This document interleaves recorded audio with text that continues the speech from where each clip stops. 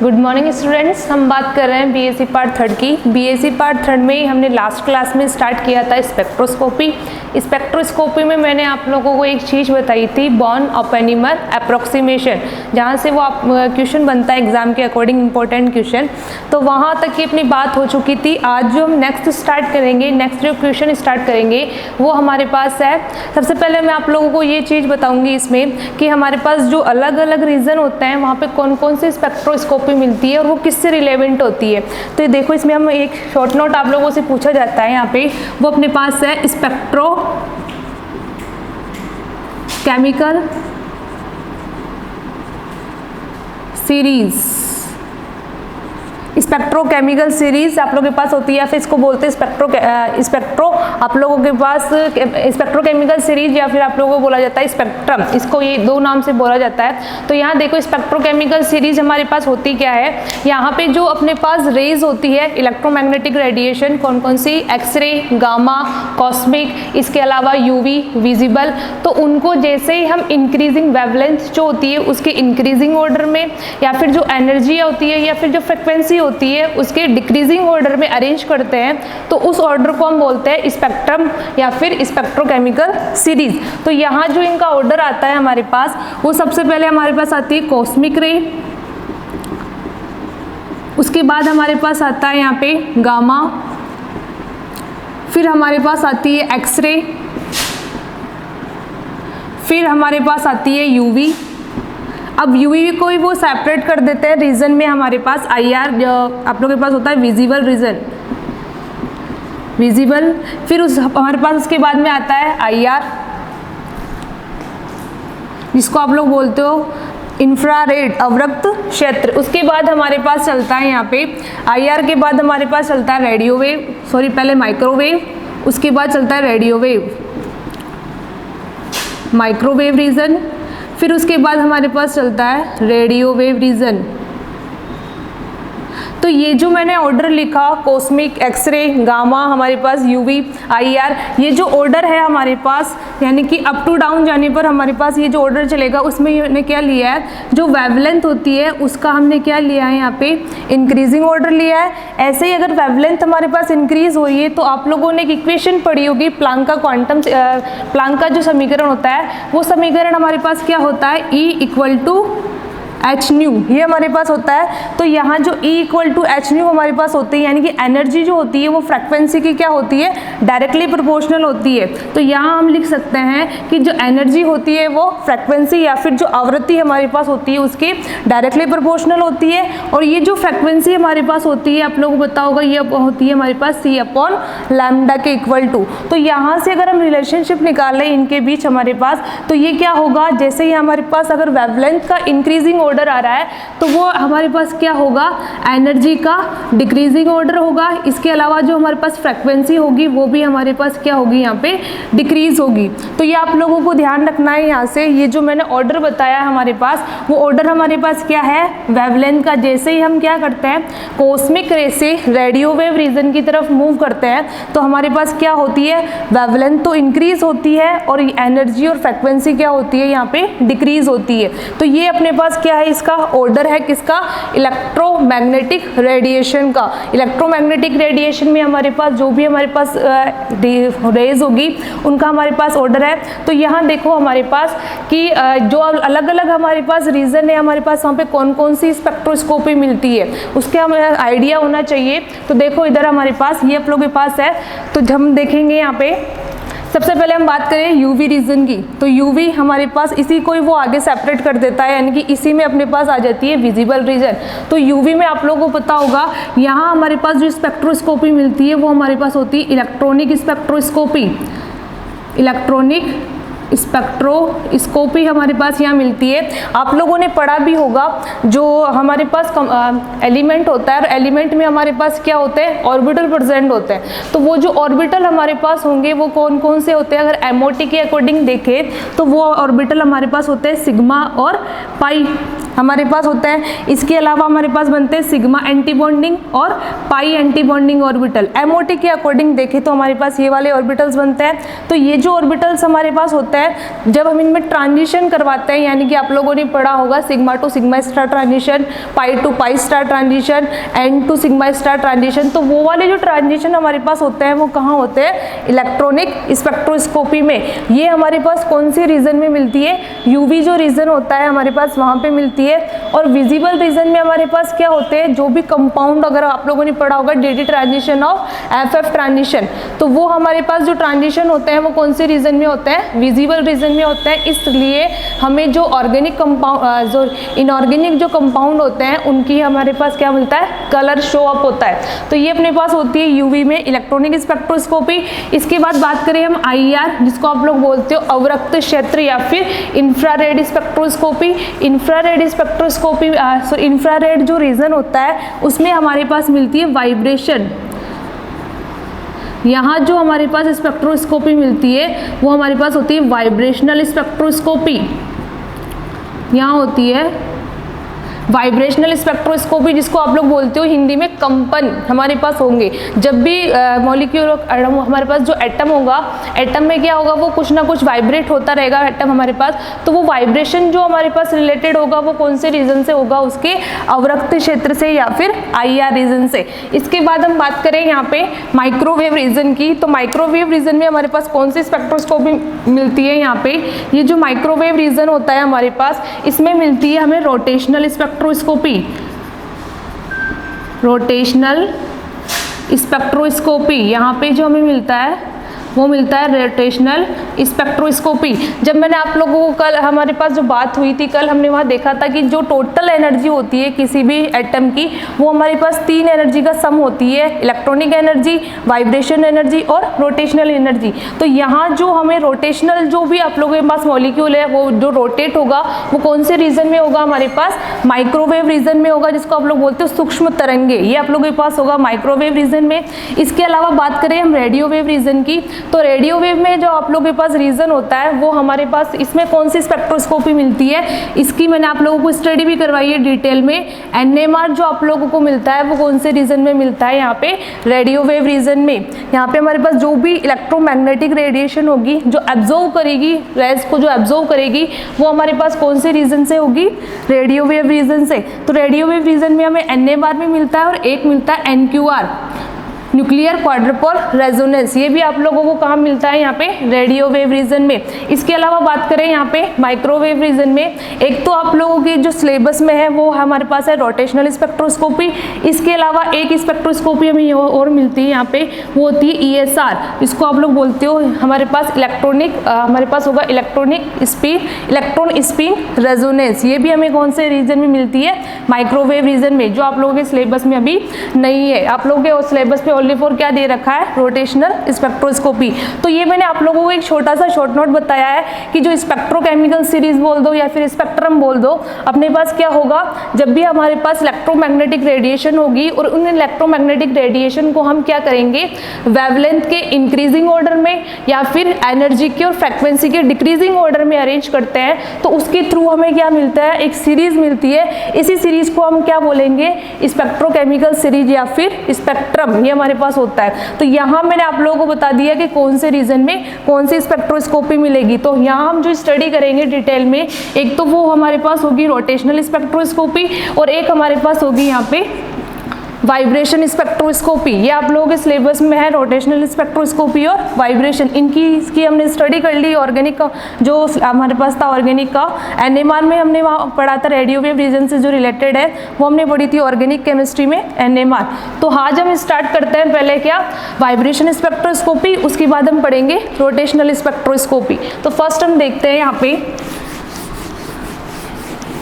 First हम बात करें वाइब्रेशनल स्पेक्ट्रोस्कोपी की।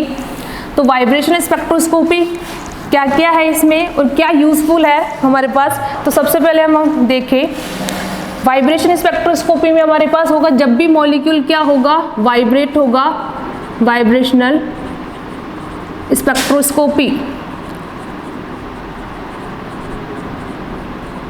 वाइब्रेशनल स्पेक्ट्रोस्कोपी में हम क्या देखते हैं कि जब भी हमारे पास एटम होगा और वो एटम क्या होगा, अपनी वाइब्रेट होगा, अपनी जो पोजीशन होगा उसमें वाइब्रेट करता रहेगा, तो उससे हमारे पास क्या होगी, इलेक्ट्रोमैग्नेटिक रेडिएशन जो होगी वो कौन से रीजन में एब्जॉर्ब होगी, या तो एब्जॉर्ब होगी या फिर इमिट होगी, वो कौन से रीजन में होगी, हमारे पास IR रीजन में होगी। IR रीजन में होने के कारण हम इसको बोलेंगे एक वाइब्रेशन स्पेक्ट्रोस्कोपी, या फिर इसको बोलते हैं हम इंफ्रारेड IR स्पेक्ट्रोस्कोपी या फिर इंफ्रारेड स्पेक्ट्रोस्कोपी, जिसको आप लोग बोलते हो हिंदी में अवरक्त क्षेत्र स्पेक्ट्रमी, ये अपने पास होता है। तो यहाँ देखो हमारे पास इसमें जो आप लोगों से शॉर्ट नोट पूछे जाते हैं यहाँ से रिलेवेंट जो भी है, एक तो आप लोगों से पूछा जाता है यहाँ पे हॉट बैंड, एक आप लोगों से पूछा जाता है यहाँ पे फंडामेंटल बैंड, फंडामेंटल बैंड, एक आप लोगों से पूछा जाता है ओवरटोन, एक आप लोगों से पूछा जाता है यहाँ पे 0 पॉइंट एनर्जी, 0 पॉइंट एनर्जी, ये आप लोगों से शॉर्ट नोट में पूछे जाते हैं यहाँ पे hot band, fundamental band, overtone और 0 पॉइंट एनर्जी। यहाँ से अगर हम देखें शॉर्ट नोट से बात करें तो इससे पहले हमारे पास 2 एग्जाम्पल इसमें आते हैं, हार्मोनिक ऑसिलेटर और एनहार्मोनिक ऑसिलेटर। वो हमारे पास क्या होता है, हार्मोनिक ऑसिलेटर जो होता है उसकी अगर हम एनर्जी की बात करें, यहाँ पे हमारे पास क्या है, हार्मोनिक ऑसिलेटर, हार्मोनिक ऑसिलेटर में हमारे पास क्या होगा, यहाँ पे हमारे पास जो इसकी एनर्जी आती है हार्मोनिक ऑसिलेटर के अकॉर्डिंग, तो हमारे पास जो वाइब्रेशन एनर्जी आती है वो वाइब्रेशन एनर्जी हमारे पास क्या होती है, V + ½ हमारे पास होगी, और ये वेव नंबर हमारे पास होते हैं। तो यहाँ जो हमारे पास V होता है वो V क्या है हमारे पास, यहाँ पे वाइब्रेशनल क्वांटम नंबर, ये हमारे पास होता है वाइब्रेशनल क्वांटम नंबर, और जो V बार हमारे पास होता है यहाँ पे वो हमारे पास क्या होती है, वेव नंबर, ये हमारे पास होती है यहाँ पे वेव नंबर। ये जो आप लोगों के पास फॉर्मूला होता है, इस फॉर्मूले को हमें डिराइव करना पड़ता है, जो हम आगे करेंगे, लेकिन मैं इससे पहले आप लोगों को एक चीज़ बता दूं यहाँ पे, जो ये जो शॉर्ट नोट में आप लोगों से पूछे जाते हैं 0 point energy, overtone, fundamental band और हॉट बैंड, पहले हम आज इसकी बात कर ले, उसके बाद हम जो नेक्स्ट हमारी क्लास होगी वहाँ हम क्या करेंगे, ये जो फॉर्मूला मैंने आप लोगों को बताया इस फॉर्मूले को हमें क्या करना पड़ेगा, डिराइव करना पड़ेगा कि कैसे ये फॉर्मूला हमारे पास यहाँ से आया है। तो वाइब्रेशन जो एनर्जी होगी वो हमारे पास क्या होगी, V + ½ और वेव नंबर हमारे पास होंगे। और ये जो आप लोगों की यूनिट में जो आती है यहाँ पे, ये हमारे पास यूनिट हम लेते हैं, वो हमारे पास यूनिट होती है सेंटीमीटर इनवर्स में, आप लोगों के पास ये यूनिट में आएगी। ये जो वाइब्रेशन एनर्जी होगी हमारे पास जूल में ना आकर किस में आएगी, वाइब्रेशन जो होगा हमारे पास सेंटीमीटर इनवर्स में, ये जो एनर्जी आएगी वो सेंटीमीटर इनवर्स में आएगी। अब देखो यहाँ से हमारे पास क्या है, ये जो वाइब्रेशन एनर्जी है वो 0 पॉइंट एनर्जी से कैसे रिलेटेड है, यहाँ पे हमारे पास क्या होता है, जब हम क्या करेंगे ट्रांजिशन करवाते हैं इसके, और ट्रांजिशन के लिए जो हम डायग्राम शो करते हैं यहाँ पे हमारे पास, ये हमारे पास क्या होंगे, एनर्जी लेवल्स होता है। इन एनर्जी लेवल्स में हमारे पास क्या होता है, ट्रांजिशन होता है। तो ये जो ट्रांजिशन होंगे हमारे पास V = 0, V = 1, ये हमारे पास 2, 3, 4, 5, ऐसे क्या करते हैं हमारे पास, अब हम जैसे मूव करेंगे यहाँ पे तो वाइब्रेशन जो लेवल्स होंगे हमारे पास मूव करते जाएंगे। तो ये जो हमारे पास होता है वो तो हमारे पास क्या होंगे, वाइब्रेशन लेवल्स होंगे, और यहाँ जो हम वैल्यू पुट करते हैं हमारे पास वो होगी, इसका हमारे पास हो जाएगी वेव नंबर। तो जैसे ही हम ड्रा करते हैं हमें क्या करवाना है, यहाँ पे ट्रांजिशन करवाना है। तो ट्रांजिशन हमारे पास क्या किया, जैसे मैंने ट्रांजिशन करवाया यहाँ पे 0 से 1, यानी कि 0 से 1 में मुझे ट्रांजिशन करवाना है यहाँ पे। तो ये 0 से 1 में जैसे ही मेरे पास क्या होगा, कोई भी इलेक्ट्रॉन, आप लोगों के पास एटम होंगे, एटम में हमारे पास इलेक्ट्रॉन प्रेजेंट होंगे, वो इलेक्ट्रॉन क्या करेंगे हमारे पास, जो रेडियो आप लोगों के पास जो इंफ्रारेड रीजन है उसमें क्या करेंगे, एनर्जी को एब्जॉर्ब करेंगे। एनर्जी को एब्जॉर्ब करके वो क्या करेंगे, लोवेस्ट एनर्जी लेवल से, लोवेस्ट वाइब्रेशन एनर्जी लेवल से उसके एक्साइटेड स्टेट या फिर उससे जो जस्ट ऊपर वाला जो स्टेट है उसकी वाइब्रेशन लेवल लेवल में क्या करेंगे, हमारे पास आप लोगों के पास क्या होंगे, ट्रांजिशन शो करेंगे। तो ये जो ट्रांजिशन हमारे पास होगा वो ट्रांजिशन कौन सा होगा, एब्जॉर्प्शन स्पेक्ट्रम से रिलेटेड होगा, क्योंकि यहाँ क्या हो रहा है, वो लोवेस्ट एनर्जी लेवल से अपर वाले में मूव कर रहा है, तो हमारे पास यही चीज आएगी। तो यहाँ देखो हमारे पास ये जो 0 पॉइंट एनर्जी हमारे पास होती है वो क्या होती है कि जैसे ही हमने क्या करवाया, लोवेस्ट एनर्जी लेवल से एक्साइटेड स्टेट वाले एनर्जी लेवल में मूव करवाया जो भी हमारे पास इलेक्ट्रॉन है उसको, तो वो क्या करता है, कुछ ना कुछ हमारे पास लोवेस्ट अगर एनर्जी लेवल यहाँ पे ग्राउंड स्टेट है तो ग्राउंड स्टेट में भी क्या होती है, उसके पास कुछ ना कुछ एनर्जी प्रेजेंट होगी और वो एनर्जी जो होगी उसको वाइब्रेट करने के लिए यूज में आएगी। तो हम इसको बोल सकते हैं कि जब हमारे पास जो एटम वगैरह होता है जो अपनी लोवेस्ट स्टेट जो होती है, लोवेस्ट वाइब्रेशन जो स्टेट होती है हमारे पास, वहाँ पे लोवेस्ट वाइब्रेशन स्टेट में जब प्रेजेंट होगा तब वो फ्री स्टेट में प्रेजेंट नहीं होगा, वहाँ पर भी उसके पास क्या होगी, कुछ ना कुछ एनर्जी प्रेजेंट होगी। और वो जो कुछ ना कुछ एनर्जी आप लोगों के पास होती है वो एनर्जी क्या करेगी, उस जो एटम होगा वो क्या करेगा, वो उस एनर्जी के कारण वाइब्रेट होगा और वाइब्रेट होने के कारण हमारे पास क्या आएगी, उसकी एनर्जी निकल के आएगी। और यही जो एनर्जी होती है इसी एनर्जी को हम बोलते हैं 0 पॉइंट एनर्जी। यानी कि हम 0 पॉइंट एनर्जी के लिए अगर फॉर्मूला लिखे तो हमारे पास क्या आ जाएगा, यहाँ पे वाइब्रेशन के लिए 0 पॉइंट एनर्जी यानी कि V इक्वल टू क्या करें, हम 0 पुट करें तो यहाँ हमारे पास आ जाएगा हाफ H आप लोग के पास आ जाएगा न्यू बार। ये आप लोग के पास किस में आ जाएगी वैल्यू, जो भी हमारे पास होगी जूल या सेंटीमीटर इनवर्स में, तो ये अपने पास आ जाएगा। यानी कि ये जो वैल्यू आएगी हमारे पास वो आ जाएगी H न्यू। तो ये अपने पास जो होगा वो क्या होगा, यहाँ पे हमारे पास ये आप लोग के पास क्या आ जाएगा, यहाँ पे हाफ H न्यू हो जाएगा। ये क्या है हमारे पास 0 पॉइंट एनर्जी का फॉर्मूला, ये हमारे पास क्या है 0 पॉइंट एनर्जी का फॉर्मूला हाफ H न्यू बार। न्यू बार जो हमारे पास है यहाँ पे वो क्या है, हमारे पास वेव नंबर है, H जो है वो हमारे पास क्या है, प्लांक कांस्टेंट है। तो यहाँ आप लोगों को जो डेफिनेशन देनी है यहाँ से 0 पॉइंट एनर्जी की वो क्या होगी कि जब भी हमारे पास जो एटम होता है जो अपनी लोवेस्ट वाइब्रेशन एनर्जी लेवल में प्रेजेंट होता है तो वो फ्री स्टेट में प्रेजेंट ना होकर उसके पास कुछ ना कुछ एनर्जी प्रेजेंट होती है और वो जो एनर्जी होती है वो क्या करती है, उसको वाइब्रेट करने के लिए आप लोगों के पास जरूरी होती है वो वाइब्रेट, आप लोगों के पास 0 लोवेस्ट जो एनर्जी लेवल होगा उसमें भी वो क्या होता रहेगा, कुछ ना कुछ वाइब्रेट होता रहेगा। तो इसी को हम बोलेंगे कि जो आप लोगों के पास एटम हमारे पास होगा वो क्या होगा 0 पॉइंट एनर्जी में आप लोगों के पास वाइब्रेशन शो करेगा। तो ये हमारे पास एक टर्म कंप्लीट होती है 0 पॉइंट एनर्जी। नेक्स्ट अगर हम स्टार्ट करें, पहले हम बात करें इस फंडामेंटल बैंड की क्या होती है। तो यहाँ अगर हम देखें तो जैसे ही हमारे पास वाइब्रेशन स्पेक्ट्रोस्कोपी आती है तो वाइब्रेशन स्पेक्ट्रोस्कोपी के लिए जो हम सिलेक्शन रूल देते हैं ये हमारे पास क्या होगा, सिलेक्शन रूल। सिलेक्शन रूल मतलब हमारे पास होगा कि जो भी हमारे पास स्पेक्ट्रोस्कोपी होगी वो किसी ना किसी एक सिलेक्शन रूल को फॉलो करेगी, यानी कि चयन नियम को वो फॉलो करेगी। उस नियम को फॉलो करते हुए वो क्या करेगी, ट्रांजिशन शो करेगी। तो यहाँ देखो हमारे पास इसके लिए जो सिलेक्शन रूल आता है वो हमारे पास आता है +-1, यानी कि जब भी हमारे पास ये जो सिलेक्शन रूल में हमारे पास होगा +-1 हमारे पास जो होगा वो क्या होगा, यहाँ पे +-1 हमारे पास डेल म्यू आप लोग के पास डेल बी आप लोग के पास हो जाएगा।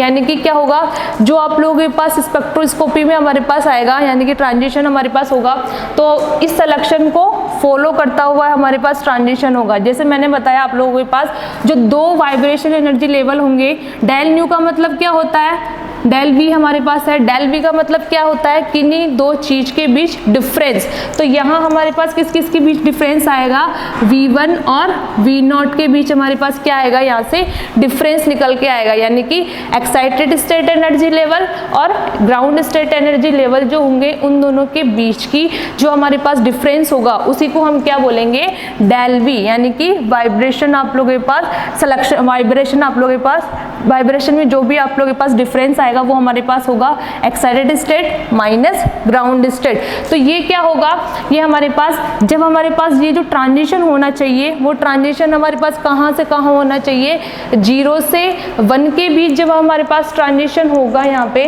तब तो हमारे पास क्या होगा, वो जो फॉलो करेगा सिलेक्शन रूल को वो फॉलो करेगा डेल बी प्लस 1 वाले सिलेक्शन रूल को। जब क्या होगा 0 से 1 में ट्रांजिशन होगा तो हम क्या करेंगे 1 में से 0 जैसे हम निकालते हैं तो हमारे पास 1 वैल्यू आती है। ऐसे ही हम क्या करेंगे, ये तो हमारे पास कौन सा ट्रांजिशन हुआ, 0 से 1 वाला ट्रांजिशन कौन सा हुआ हमारे पास, ये हमारे पास हो गया एब्जॉर्प्शन। एब्जॉर्प्शन हमारे पास होगा, इससे जो हमें स्पेक्ट्रम मिलेंगे वो कौन से मिलेंगे, एब्जॉर्प्शन स्पेक्ट्रम मिलेंगे।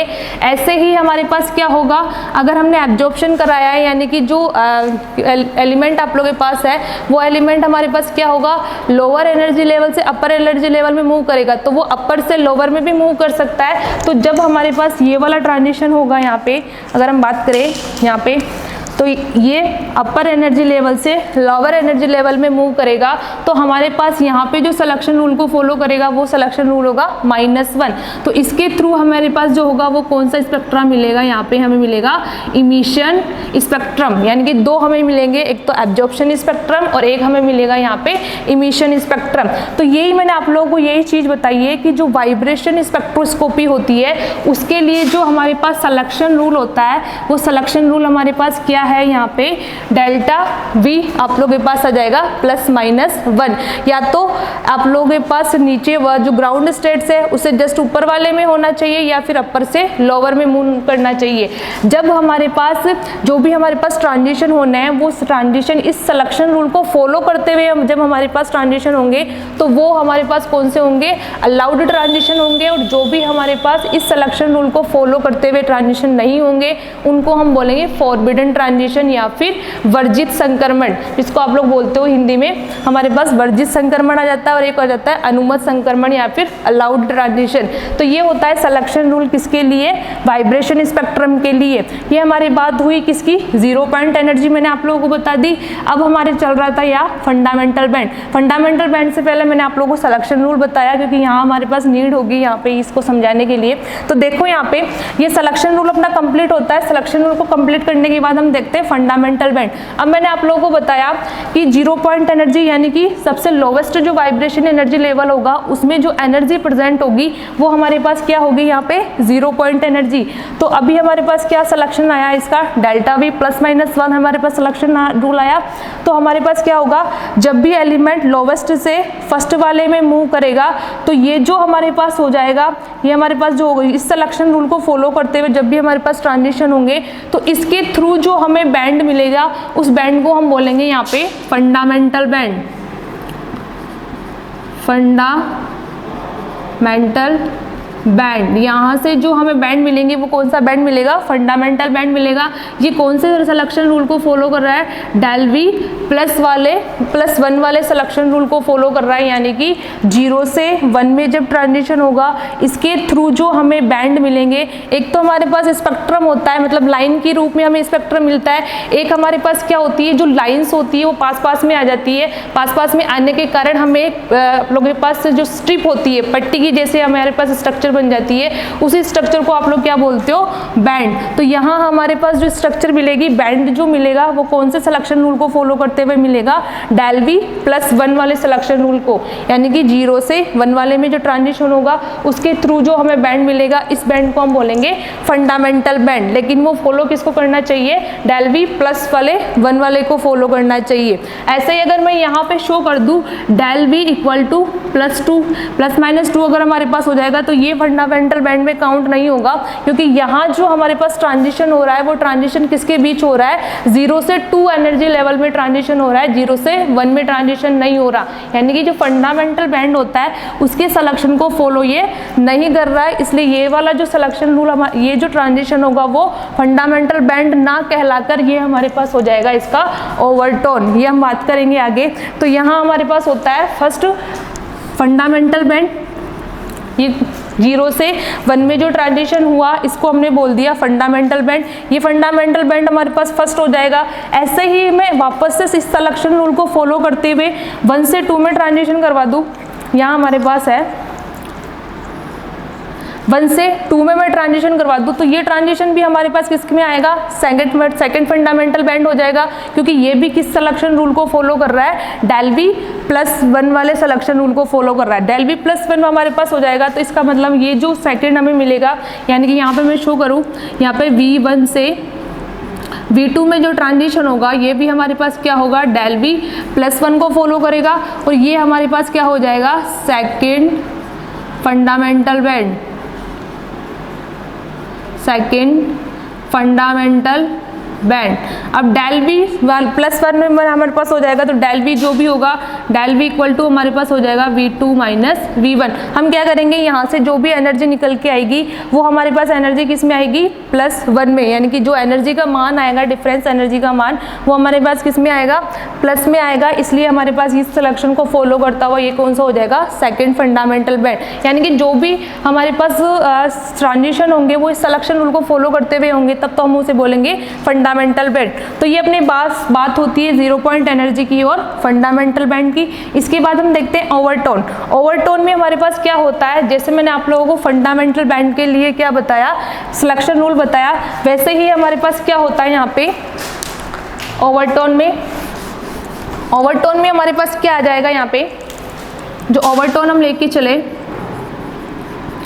ओवरटोन में जो सिलेक्शन रूल हमारे पास होगा वो होगा डेल V इक्वल टू +-2। इस वाले सिलेक्शन रूल को जब वो फॉलो करेगा ट्रांजिशन, तब हमारे पास किस में आ जाएगा, +-2 भी हो सकता है, इसमें +-3 भी हो सकता है और +-4 हैंड्स ऑन जो भी आप लोगों के पास होगा, +-2, 3, 4। लेकिन ये वाला जो ट्रांजिशन होगा वो इसमें काउंट नहीं होगा, वो ओनली फॉर आप लोगों के पास फंडामेंटल बैंड में काउंट होगा। तो ये जो हमारे पास होगा वो किस में आ जाएगा, ओवरटोन। यानी कि हम ट्रांजिशन कहाँ से कहाँ करवाएंगे, अब 0 से 2 में ट्रांजिशन करवाएंगे। ये हमारे पास किस में आ जाएगा, ओवरटोन। ये हमारे पास फर्स्ट ओवरटोन। ऐसे ही मैं क्या करवाऊं, 0 से 3 में करवा दूं, ये हो जाएगी सेकंड ओवरटोन। ये फर्स्ट ओवरटोन, ये सेकंड। ऐसे ही 0 से 4 में करवाएंगे तो हमारे पास किसमें हो जाएगी, थर्ड ओवरटोन। लेकिन उसमें हमारे पास ये ट्रांजिशन इन्वॉल्व नहीं होगा, फर्स्ट 0 से 1 वाला, उसको आप लोग ओनली फॉर फंडामेंटल बैंड बोलोगे। जैसे ही 0 से 2 में, 0 से 3 में, 0 से 4 में हमारे पास ट्रांजिशन होते चले जाएंगे, उनको हम बोलेंगे ओवरटोन। ये अपने पास बात होती है किसकी, ओवरटोन की। इसके बाद बात करें, इंपॉर्टेंट है यहाँ से जो मैक्सिमम आप लोगों से पूछा जाता है, हॉट बैंड। हॉट बैंड क्या होता है हमारे पास, यहाँ पे आप लोगों ने एक चीज पढ़ी होगी हॉट बैंड से रिलेटेड। आप लोगों ने एक चीज यहाँ पे होती है हमारे पास, मैक्सवेल का हमारे पास होता है बोल्ट्जमान डिस्ट्रीब्यूशन लॉ।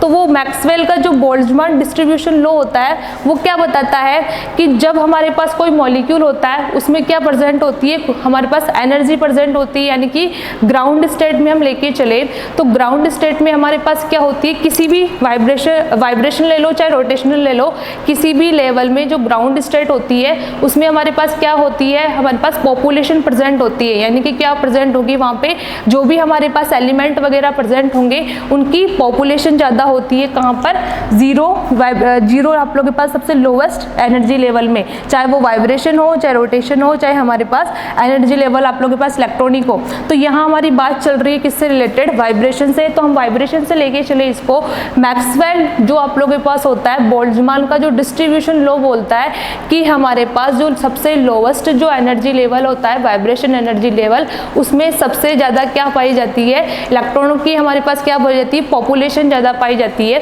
पॉपुलेशन ज़्यादा पाई जाने के कारण हमारे पास क्या होता है, जैसे ही हम इसमें 0 से 1 में ट्रांजिशन करवा देते हैं तो वो हमारा फंडामेंटल बैंड में काउंट हो जाता है। लेकिन हम क्या करवाएंगे, यहाँ पे 1 से 2 में ट्रांजिशन करवाएंगे। यानी कि हमें क्या करना है, 0 से 1 में तो हमारा फंडामेंटल बैंड में चला गया। अब हमें क्या करना है, जो एलिमेंट प्रेजेंट है उन एलिमेंट को हमें ऊपर की तरफ मूव करना है। तो ऊपर की तरफ मूव करने के लिए मैंने क्या बताया आप लोगों को, जो सबसे लोवेस्ट जो लेवल होता है उसमें सबसे ज़्यादा पॉपुलेशन प्रेजेंट होती है। वो पॉपुलेशन ज़्यादा होने के कारण हमें क्या करना पड़ता है, यहाँ पे टेम्परेचर अप्लाई करना पड़ता है। वो टेम्परेचर अप्लाई करने के कारण हमारे पास क्या होते हैं, जो भी इलेक्ट्रॉन वगैरह है, जो भी पॉपुलेशन हमारे पास प्रेजेंट है, वो टेम्परेचर अप्लाई करने पर ही क्या होगी, ऊपर की तरफ मूव करती है। तो यहाँ पे टेम्परेचर अप्लाई करने की वजह से हम इसको क्या बोलते हैं, हॉट बैंड हमारे पास आ जाता है। यहाँ पे ये जो ट्रांजिशन हमारे पास होंगे वो किससे रिलेटेड होंगे, हमारे पास टेम्परेचर से रिलेटेड होंगे, और टेम्परेचर से रिलेटेड होने के कारण हम इसको टर्म बोलते हैं हॉट बैंड।